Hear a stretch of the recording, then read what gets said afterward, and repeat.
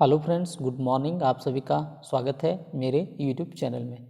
जैसा कि हम सभी देख रहे थे भारत का भूगोल, जिसमें से मैंने 2-3 टॉपिक जो है कंप्लीट करा दिया था और आज एक नया टॉपिक लेकर आया हूँ। टॉपिक का नाम है भारत का प्राकृतिक विभाजन। इससे संबंधित टॉप 10 प्रश्न मैं आपको बताऊंगा और उससे संबंधित जो जानकारी है वो आप लोगों के साथ साझा करूंगा। साथ ही साथ बहुत सारा चीज़ आपको समझाऊंगा भी। तो वीडियो पर बने रहिएगा ताकि आपको ये जो टॉपिक है पूरी तरह से समझ में आ जाए। वीडियो शुरू करने से पहले आपसे मेरी रिक्वेस्ट है कि यदि आपने मेरे चैनल को सब्सक्राइब नहीं किया है तो सब्सक्राइब कर लें ताकि आपको ऐसे ही वीडियो मिलते रहे और अधिक से अधिक लोगों तक शेयर करना ना भूलें। तो चलिए शुरू करते हैं। तो सबसे पहला क्वेश्चन है यहाँ पर, भारत को कितने भौतिक भागों में बांटा जा सकता है? भौतिक विभाग भौतिक भाग कहें या प्राकृतिक विभाजन कहें या भौगोलिक विभाजन कहें या स्थलाकृतियाँ विभाजन कहें, सबका एक ही मतलब होता है ना। सबका एक ही मतलब होता है, ये आपको ध्यान में रखना है, ठीक है। तो प्राकृतिक विभाजन मतलब जो प्रकृति ने बांटा है। अपने आसपास जो भी आप देखते हैं तो अपने आसपास क्या देखते हैं? पर्वत देखते हैं, मैदान देखते हैं, पठार देखते हैं। तो इस हिसाब से जब आप बांटते हैं तो उसे हम क्या कहते हैं? प्राकृतिक विभाजन कहते हैं।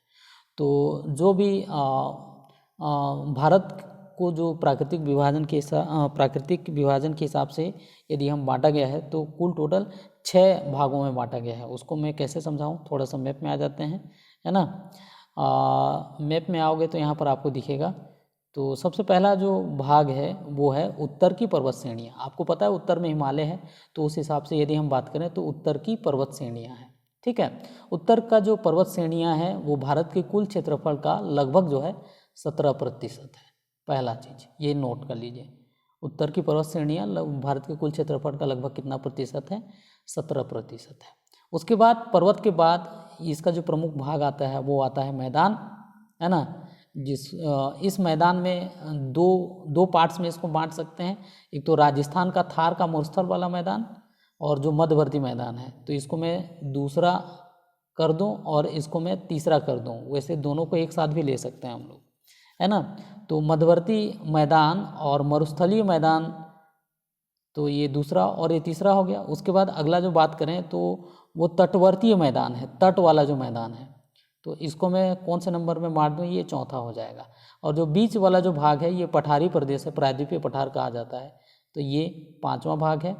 और जो द्वीप वाला है वो कितना है? ये 6वां भाग है, ठीक है। अब प्रतिशत की बात करते हैं, कौन सा कितना प्रतिशत है? तो हिमालय या उत्तर पर्वत श्रेणी 17% लगभग है।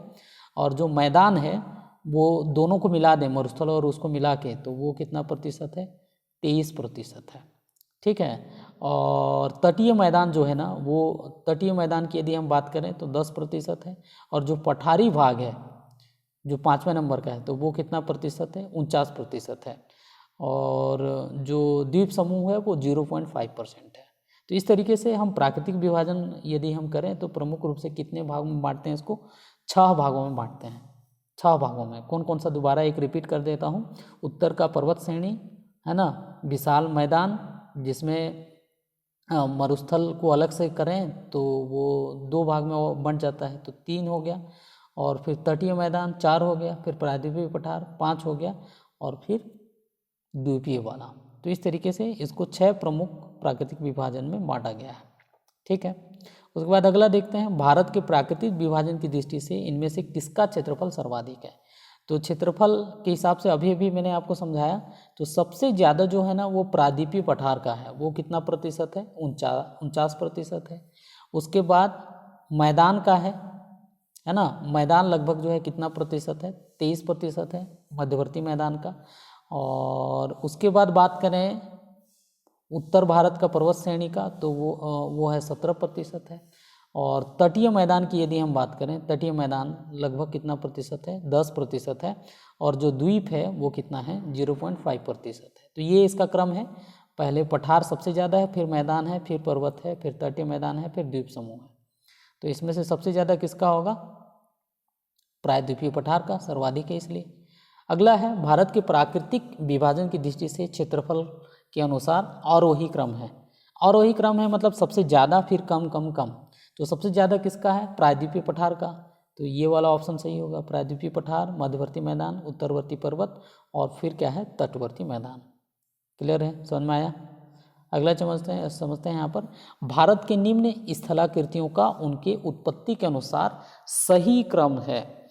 तो ये जो पूरा विश्व जो बना वो उसको एक सिद्धांत के द्वारा समझाया गया है जिसको महाद्वीपीय विस्थापन सिद्धांत कहा जाता है ना।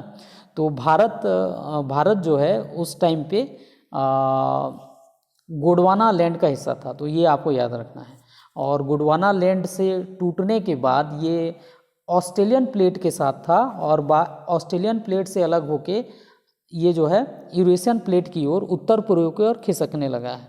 ठीक है, तो उस हिसाब से उस महाद्वीपीय विस्थापन सिद्धांत के हिसाब से यदि हम भारत के विभिन्न हिस्सों को यदि हम समझने का प्रयास करें तो सबसे पहले जिसकी उत्पत्ति हुई है वो है प्रायद्वीपीय पठार की। पठार बना है सबसे पहले, पठार बनने के बाद जो है तटवर्ती मैदान बना है। तटवर्ती मैदान याद रखना है। तटवर्ती मैदान बनने के बाद उत्तर की पर्वत श्रेणियाँ बनी हैं और पर्वत बनने के बाद फिर मध्यवर्ती मैदान या विशाल मैदान बना है।